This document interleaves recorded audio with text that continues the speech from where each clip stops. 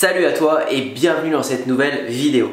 Dans cette vidéo, je vais te parler du travail de professionnel que tu dois faire sur ton magasin e-commerce. C'est extrêmement important et je le vois à plein de reprises sur tous les magasins que je visite pour mes membres ou des magasins que je visite comme ça par curiosité pour trouver des produits gagnants. Il y a tellement de magasins qui ne sont pas optimisés, qui ne sont pas professionnels.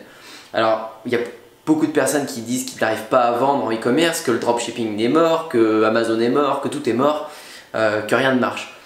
Mais la base de tout, c'est déjà d'avoir un magasin professionnel. Il faut vraiment vous mettre dans la position du client. Le client, quand il arrive sur votre boutique, la première impression qu'il va avoir, c'est quoi? C'est un magasin en désordre, c'est un magasin... si c'est un magasin en désordre, tout de suite, il ne va pas avoir confiance. Et ça ne va pas lui inspirer confiance pour acheter, pour finaliser sa commande. Si tout va bien, si la première impression c'est waouh, elle est propre la boutique, elle est belle, elle a un vrai esprit, elle a un vrai truc, la première impression de la majorité des gens va complètement changer et c'est extrêmement important. Imaginez sur 100 personnes, votre magasin il est en désordre, rien ne va, il n'y a pas de cohérence entre les couleurs ni rien.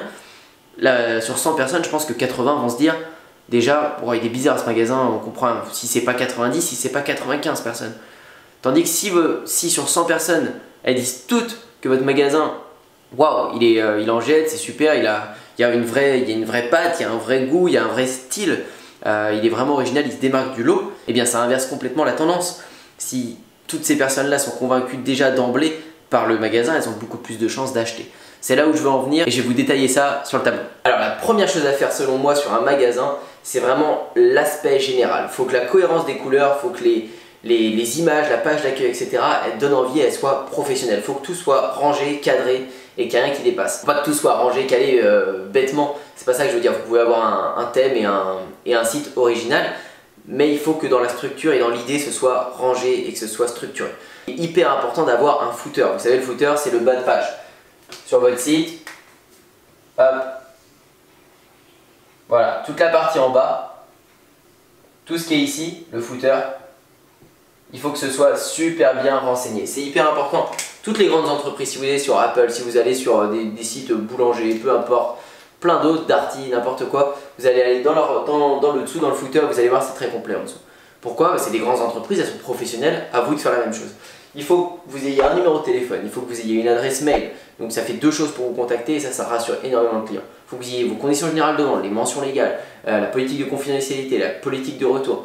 Il faut qu'il y ait tout ça condensé ici, voire un petit qui sommes-nous, une newsletter, etc. Il faut que ce soit bien renseigné parce que la plupart des gens, voire tout le monde, sont habitués à avoir un footer bien rempli. Quand ils descendent, s'ils ne voient rien, ils vont s'inquiéter. S'ils le voient, c'est pas ça qui va faire vendre. Mais le fait de ne pas l'avoir, ça va poser un problème. Et ça, c'est extrêmement important. La plupart des personnes, ils le bâclent déjà le footer. En dropshipping, il y en a plein qui le bâclent, qui ne mettent rien là-dedans. Il faut mettre des icônes aussi des réseaux sociaux. Voilà, il y a beaucoup de choses. Inspirez-vous des plus grandes entreprises, comment elles marchent et comment elles font pour organiser leur footer.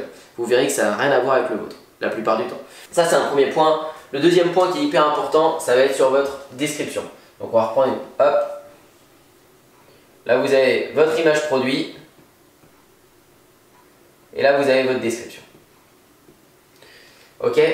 Là, dans la description, la plupart des gens me mettent 5 tirets et ils mettent les caractéristiques du produit. Ce produit est en tissu, ce produit est en coton, ce produit est en plastique et il s'entretient comme ça. On s'en fiche complètement. Le client, quand il arrive sur la page de votre produit, ce qu'il veut, c'est être séduit.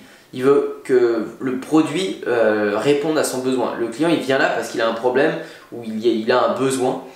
Et votre produit, c'est la solution. Donc c'est-à-dire qu'il va falloir commencer par exemple en l'interpellant. C'est du copywriting, il faut vraiment travailler votre copywriting. Donc je ne vais pas vous faire un cours sur le copywriting aujourd'hui, mais un exemple, ça peut être de l'interpeller avec une question en lui disant tu n'as toujours rêvé d'avoir ça, ou j'en sais rien, est-ce qu'il ne te manque pas ça, imagine les beaux jours, tu auras peut-être besoin de ça, etc. Et là vous détaillez votre produit. Mon produit fait ça, il est génial pour ça, personnellement je l'utilise pour ça, etc. Et le client va s'identifier à vous. Et ça c'est extrêmement important, il va s'identifier.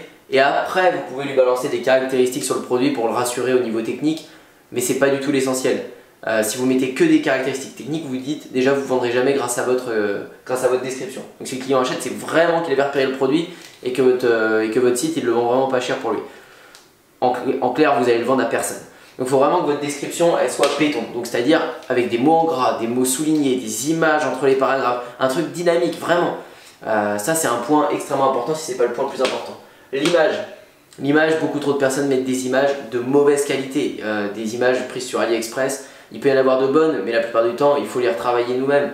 Un petit coup de Photoshop ou alors les prendre sur Google Images ou il y a d'autres sites parce que sur Google Images vous n'avez pas les droits d'image, il faut faire attention à ça. Vous avez des sites comme Pixabay, Shutterstock, etc.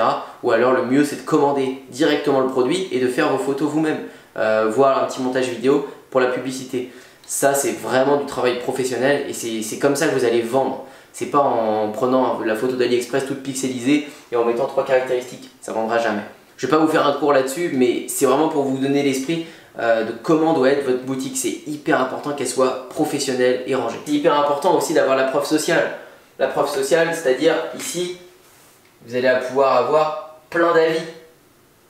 Hop, les avis, les retours des clients. Donc tout ça, vous pouvez les prendre, les importer d'AliExpress, parce que sous les produits d'AliExpress, vous avez les avis des clients. Donc vous pouvez les importer et les ramener ici. Le mieux c'est quand même d'avoir vos propres avis, mais n'écrivez pas vos avis vous-même s'il vous plaît, ne le faites pas. Voilà pour les descriptions. Après le site, tout le site doit être comme ça, le menu doit être propre, la page d'accueil doit être propre, tout doit être propre. Franchement, il ne faut pas que le client soit interpellé par quelque chose qui ne va pas. S'il n'y a pas de logo de paiement sécurisé, c'est pas bien pour le client. Lui, il a l'habitude de voir des paiements, des cadenas fermés, des paiements sécurisés partout, PayPal, Mastercard, etc. Tout ça c'est important, il faut le remettre. Ne faites pas non plus cette erreur de les mettre en énorme. Il y en a plein qui me mettent ça en énorme sur toute la description.